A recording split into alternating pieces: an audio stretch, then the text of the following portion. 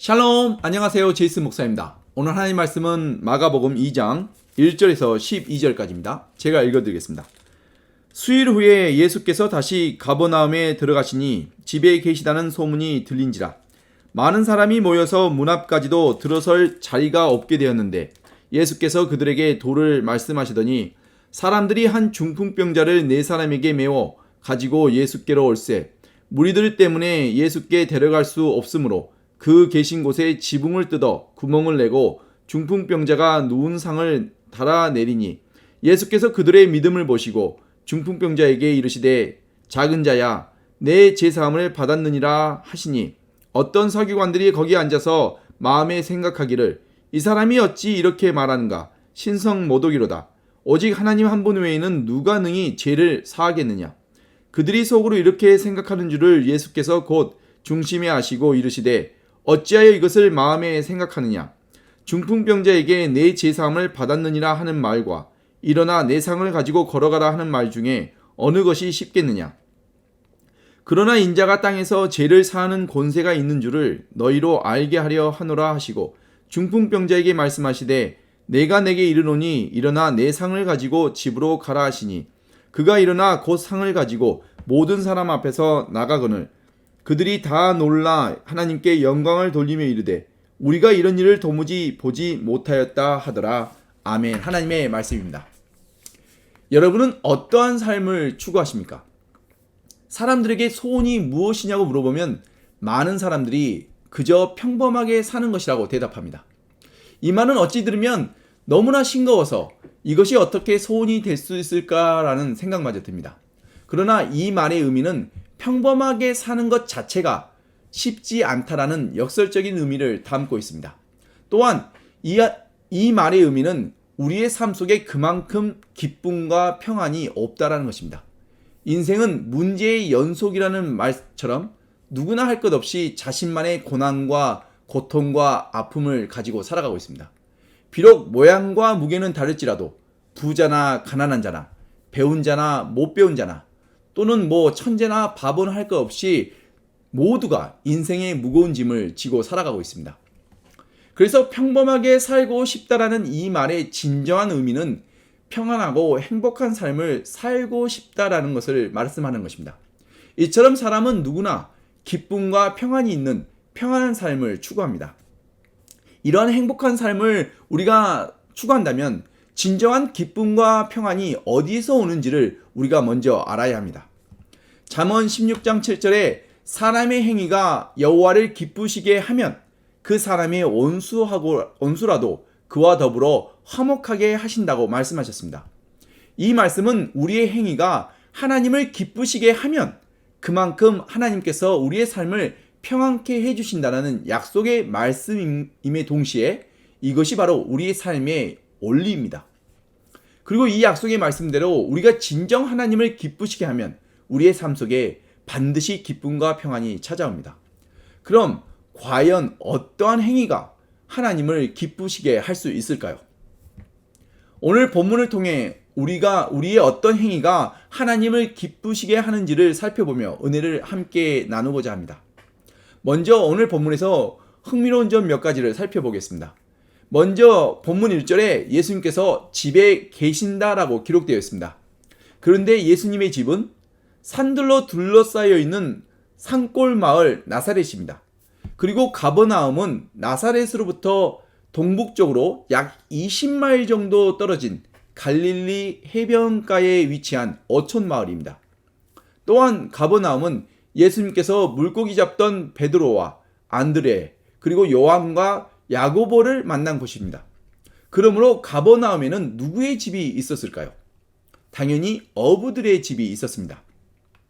그리고 특별히 예수님께서 갈릴리에서 활동하실 때는 베드로의 집에 머무시면서 베드로 장모의 열병을 낫게 해주었다는 기록으로 보았을 때 오늘 본문에 나오는 집은 예수님의 집이 아닌 베드로의 집일 가능성이 높습니다. 이 말은 가버나움에 있는 베드로의 집을 갈릴리 지역의 활동 거점으로 사용하셨다는 의미입니다. 본문에 나오는 집이 누구의 집이냐가 그리 중요한 것은 아니지만 오늘 본문의 이야기를 우리가 좀 더 이해하는 데는 도움이 됩니다. 지금 이 집에는 수많은 사람들이 몰려 있었습니다. 당시 종교 지도자들이었던 바리새인들과 서기관들뿐만 아니라 병을 치유받고자 찾아온 병자들도 있었고, 또 놀라운 예수님의 기적을 보고자 여기저기서 몰려든 구경꾼들이 참으로 많이 있었습니다. 얼마나 많은 사람이 있었는지 이 집 안으로는 더 이상 사람이 들어갈 틈이 없었고, 집 밖에도 많은 사람들이 둘러싸고 있었습니다. 이런 와중에 한 중풍병자를 치유받게 하고자 병자의 침상을 아예 들고 네 사람이 예수님을 찾아왔습니다. 그런데 너무나 많은 군중들 때문에 예수님이 계신 집 안으로는 들어간다는 것이 거의 불가능했습니다. 이런 어려운 문제 앞에 있어 이들의 행위가 참으로 놀라웠습니다. 이들은 여기서 멈추거나 포기하지 않고 더욱 적극적인 방법을 찾았습니다. 그것은 병자를 들쳐매고 지붕 위로 올라가는 것이었습니다. 웬만한 사람 같았으면 이런 생각조차 할 수 없었을 것입니다. 그리고 이들은 여기서 또 멈추지 않고 예수님이 계신 방의 그 지붕을 아예 뜯기 시작했습니다. 지금 예수님은 집안에 몰려든 많은 사람들에게 하나님의 말씀을 지금 가르치고 계셨습니다. 이런 중요한 시간에 지붕을 뜯어내고 있는 것입니다. 한번 상상해 보십시오. 당시 갈릴리 지역의 집들이 진흙으로 지어져 있었다고 하니 지붕 위를 뜯어낸다면 그 아래는 도대체 어떻게 되었겠습니까? 온갖 흙먼지와 건축물 파편들이 방 가운데로 쏟아지고 있었을 것입니다. 그럼 당연 예수님의 말씀은 중단되고 모든 사람들이 입을 틀어막고 하늘이 보이는 구멍난 그 천장을 바라보고 있었을 것입니다. 그리고 이 구멍난 천장을 통해서 병자가 침상에 누운 채로 내려오고 있었습니다. 정말 이건 너무나 황당스러운 그런 상황입니다. 예수님께서 말씀을 전하고 있는 이런 중요한 시간에 이를 방해한다는 것 자체가 너무나 무례한 행동이었습니다. 그런데 더욱 충격적인 것은 예수님께서 이런 무례한 행위를 보시고 화를 내거나 책망하지 않으셨다는 것입니다. 오히려 이들의 마음을 이미 알고 계신 예수님께서는 이들이 말로 간청하기도 전에 이 중풍병자의 그 병을 고쳐주셨습니다. 예수님의 이런 반응을 보면 그들의 행위를 보시고 예수님께서는 오히려 기뻐했다는 것을 우리가 알 수 있습니다. 그럼 왜 예수님은 이들의 행위를 보고 기뻐하셨을까요? 예수님을 기쁘시게 한 것은 과연 무엇이었을까요? 먼저 이들의 행위 속에서 예수님을 기쁘시게 한 것은 바로 그들의 믿음이었습니다. 히브리서 11장 6절 말씀처럼 믿음 없이는 하나님을 기쁘시게 하지 못하나니 하나님께 나아가는 자는 반드시 그가 계신 것과 또한 그가 자기를 찾는 자들에게 상 주시는 이심을 믿어야 한다고 하신 말씀과 같이 오직 믿음만이 하나님을 기쁘시게 합니다. 구약에 나오는 그 수많은 믿음의 조상들뿐만 아니라 복음서에서도 믿음과 예수님의 기적은 항상 함께 하였습니다. 누가복음 7장에 나오는 백부장의 큰 믿음을 보시고 예수님은 죽어가는 그의 종을 살려주셨습니다. 마태복음 9장에 나오는 혈류병을 앓던 여인의 믿음을 보시고 예수님께서는 12년이나 된 그녀의 불치병을 고쳐주셨습니다. 그뿐만 아니라 마태복음 15장에 나오는 이방 여인의 큰 믿음을 보시고 예수님께서는 귀신 들린 그녀의 딸을 치유해 주셨습니다. 이처럼 예수님은 우리의 믿음을 보실 때 기뻐하신다는 것을 성경 곳곳에서 어렵지 않게 찾아볼 수 있습니다. 중풍병자를 데리고 예수님께 나온 그들에게도 믿음이 있었습니다. 어떤 믿음이 있었을까요? 예수님이 이 중풍병자를 고칠 수 있다는 확신이 있었습니다. 그렇지 않고서는 이들이 중풍병자를 침상에 누인 채로 들고 예수님을 찾아올 이유가 전혀 없었습니다.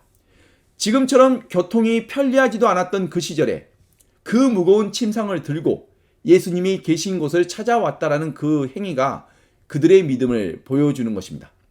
그리고 또한 그들에게 믿음이 없었다면 이들은 이미 사람으로 가득 차버린 그 집 문 앞에서 발길을 돌렸을 것입니다. 그러나 그들에게는 분명하고도 확신에 찬 믿음이 있었기 때문에 이들은 포기하지 않고 지붕 위로 중풍병자를 들쳐매고 올라갔습니다. 그리고 또 거기서 멈추지 않고 예수님이 말씀을 전하고 있는 그 방의 지붕을 뜯기 시작했습니다. 여기는 자기네 집이 아닙니다. 남의 집 지붕을 뜯고 있는 것입니다. 이것은 정말 믿음 없이는 절대 할 수 없는 행동입니다. 이들의 행위 자체로만 보면 너무나 무리하게 보입니다. 그러나 예수님께서는 이들의 행위 속에서 믿음을 보시고 기뻐하셨습니다. 우리에게도 이런 믿음이 있습니까? 여러분은 몸이 아프면 제일 먼저 무엇을 찾으십니까? 약상자나 의사를 먼저 찾으십니까? 아니면 예수님을 먼저 찾으십니까? 예수님이 우리의 모든 병을 치유하실 수 있다는 믿음이 우리에게 있으십니까? 중풍병자를 치유하시고 태어나면서부터 장님된 그 맹인의 눈을 뜨게 하시고 또 죽은 자도 다시 살리시는 예수님이 우리 안에 살아 계십니다. 우리는 굳이 남의 지붕까지 뜯을 필요가 전혀 없습니다. 왜냐하면 예수님이 내 안에 살아 계시기 때문입니다. 우리는 지붕 대신 내 마음의 문을 뜯어내야 합니다. 그리고 믿음으로 나의 모든 병과 문제를 예수님께 맡겨야 합니다. 그럼 우리의 삶 속에 진정한 기쁨과 평안이 찾아옵니다. 두 번째로 예수님은 그들의 행위 속에서 중풍병자를 향한 그들의 희생적인 사랑을 보시고 기뻐하셨습니다. 중풍병자를 메고 온 네 사람과 이 병자와의 관계는 성경에서 자세히 기록하고 있지 않기 때문에 서로 친구 관계인지 아니면 가족 관계인지는 우리가 알 수가 없지만 한 가지 분명히 우리가 알 수 있는 것은 바로 이 중풍병자를 향한 그들의 희생적인 이타적인 사랑인 것입니다. 한번 상상해 보십시오. 지금 내 주변에 누군가가 아프다고 지금 상상해 보십시오. 그리고 이를 치유할 수 있는 그 다른 누군가가 12시간을 운전해서 가야 하는 곳에 있다고 한번 상상해 보십시오. 그럼 여러분은 이 아픈 사람을 데리고 12시간을 운전해서 가실 수 있겠습니까? 이 질문의 답은 의외로 간단합니다. 병자와 나의 관계에 따라서 답은 달라지기 때문입니다. 그냥 평소에 알고 지내던 이웃 사람이라면 12시간을 운전하기 위해서 일주일간 직장에 휴가를 내서 이 사람을 데리고 갈 수는 없습니다. 그러나 이 병자가 내가 사랑하는 아내나 또는 내가 사랑하는 자녀라면 이야기는 달라집니다.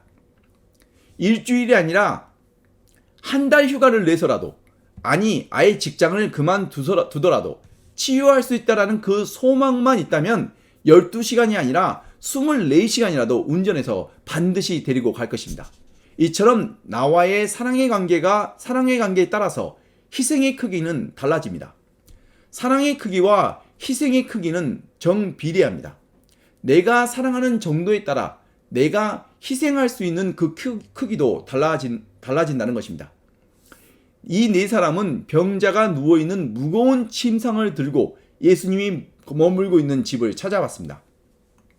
그리고 더 충격적인 것은 이들이 집 안으로 진입할 수 없자 중풍병자를 들쳐매고 아예 지붕 위로 올라갔습니다. 그리고 더욱 충격적인 것은 아예 지붕을 뜯어내고 병자를 매달아 예수님이 계신 곳으로 내렸다는 것입니다. 이들의 이런 거침없고 희생적인 행위를 볼 때 이들이 이 병자를 향한 사랑이 얼마나 컸는지를 우리가 잘 알 수 있습니다. 보통 사람 같았으면 일단 집으로 들어갈 수 없다고 판단되었다면 그냥 포기하고 다시 집으로 돌아갔을 것입니다. 그러나 이들은 절대 포기하지 않고 지붕까지 뜯어가며 중풍병자를 기어코 예수님 발 앞에 내려놓았습니다. 여기서 매우 흥미로운 점은 이 집이 남의 집이라는 것입니다. 남의 집 지붕을 지금 주인 허락도 없이 마구 뜯어냈다는 것은 그 대가 지불을 할 결심이 그들에게 있었다는 것입니다. 지붕의 수리비가 얼마나 들던지 중풍병자의 병을 치유받을 수만 있다면 기꺼이 그 지불 대가를 하겠다라는 마음이 있었다는 것입니다. 무엇이 이들을 이토록 희생해가며 중풍병자를 예수님 앞에 내려놓게 했을까요? 이를 설명할 수 있는 이유는 단 한 가지 뿐입니다. 이들은 이 병자가 치유받기를 간절히 원했고 그만큼 이 병자를 사랑했다는 것입니다. 그리고 예수님은 이들의 행위 속에서 이런 희생적 사랑을 보시고 기뻐하셨습니다. 우리 안에도 이런 희생적 사랑이 있습니까? 내 주변에 고통받고 있는 이들을 예수님께로 인도하기 위해서는 희생적인 사랑이 필요합니다. 그리고 내가 사랑하는 정도에 따라 잃어버린 한 영혼을 예수님께로 인도하기 위한 희생의 정도는 달라집니다. 아직까지 예수님을 모르고 살아가고 있는 내 가족과 이웃을 예수님께 인도하기 위해서는 우리 안에 이런 희생적인 사랑이 필요합니다. 내가 사랑하는 만큼 희생의 크기는 달라집니다. 그리고 이러한 희생적이고 이타적인 사랑이 하나님을 기쁘시게 합니다. 그리고 우리의 행위가 하나님을 기쁘시게 하면 우리의 삶 속에 진정한 기쁨과 평안이 찾아옵니다. 네 사람의 행위 속에서 믿음과 사랑을 확인하신 예수님께서는 그들의 믿음대로 중풍병자의 병을 치유해 주셨습니다. 먼저 예수님은 중풍병자의 병의 원인인 죄 문제를 해결해 주셨습니다. 5절에 예수님께서 이르시기를 작은 자여 내가 죄사함을 받았느니라 라고 말씀하셨습니다. 그리고 예수님께서 이렇게 말씀하신 이유가 또 한 가지 있습니다. 예수님의 말씀을 듣던 주변의 바리새인들과 서기관들은 마음속으로 이 사람이 어찌 이렇게 말하는가 신성모독이도다. 오직 하나님 한 분 외에는 누가 능히 죄를 용서할 수 있느냐라며 불만 섞인 생각을 하였습니다. 그러자 예수님께서 이들의 생각을 아시고 9절과 10절에서 말씀하시기를 중풍병자에게 내 죄사함을 받았느니라 하는 말과 일어나 내 상을 가지고 걸어가라 하는 말 중에 어느 것이 쉽겠느냐. 그러나 인자가 땅에서 죄를 사하는 권세가 있는 줄을 너희로 알게 하려 하노라 라고 말씀하셨습니다. 예수님께서 내가 죄사함을 받았다라고 먼저 말씀하신 이유는 바로 예수님의 말씀 속에 하나님의 능력과 권위가 있음을 먼저 우리에게 알려주시기 위함이었습니다. 이를 통해 우리는 예수님이 누구이신지를 더욱 분명하게 알 수 있습니다. 종교 지도자들은 분명하게 하나님 한 분 외에는 아무도 죄를 용서할 수 없다고 했고 예수님은 내가 죄를 사하는 권세가 있다고 말씀하셨습니다. 이는 죄를 사하는 권세가 있는 예수님이 바로 하나님이심을 말씀하고 있는 것입니다. 그러나 죄를 사하는 것은 영적인 문제이기 때문에 사람의 눈으로는 확인할 수가 없습니다. 그래서 예수님은 병의 원인이었던 영적인 문제뿐만 아니라 죄의 결과인 육적인 중풍병도 고쳐주셨습니다. 중풍병으로 온몸이 마비된 병자에게 말씀하시기를 내가 내게 이르노니 일어나 내 상을 가지고 집으로 가라 말씀하시자 그 병자가 곧 일어나 상을 가지고 모든 사람 앞에서 걸어 나갔습니다.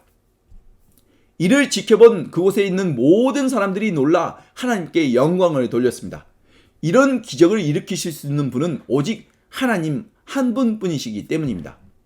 눈에 보이는 육적인 중풍병을 치유해 주심으로써 예수님께서 너의 죄를 용서하셨다라는 이 말씀이 단순한 립서비스가 아닌 실질적인 하나님의 권능의 말씀이었다는 것을 증거하신 것입니다.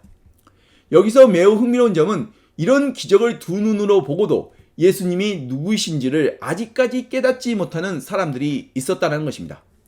이들의 영적 둔감함은 참으로 충격적입니다. 제사함과 이런 기적을 오직 하나님만이 하신다는 것을 알면서도 예수님의 능력과 권위를 인정하지 않았다는 것입니다. 예수님이 그리스도심을 증거하시는 말씀 중에 하나가 누가복음 7장 22절입니다. 세례 요한이 제자들을 예수님께 보내어 여쭙기를 오실 그리스도가 당신입니까? 아니면 우리가 다른 그리스도를 기다려야 합니까? 라고 묻자 예수님께서 답변하시길 맹인이 보며 못 걷는 사람이 걸으며 나병 환자가 깨끗함을 받으며 기먹은 사람이 들으며 죽은 자가 살아나며 가난한 자에게 복음이 전파된다 하라 라고 말씀하셨습니다. 이런 불치병의 치유와 죽은 자가 다시 살아남과 가난한 자들에게 복음이 전파됨이 바로 예수님이 그리스도심을 증거하시는 말씀이라는 것입니다. 예수님께서 중풍병자를 치유하심으로 예수님이 그리스도시요 살아계신 하나님의 아들이심을 증거하신 것입니다.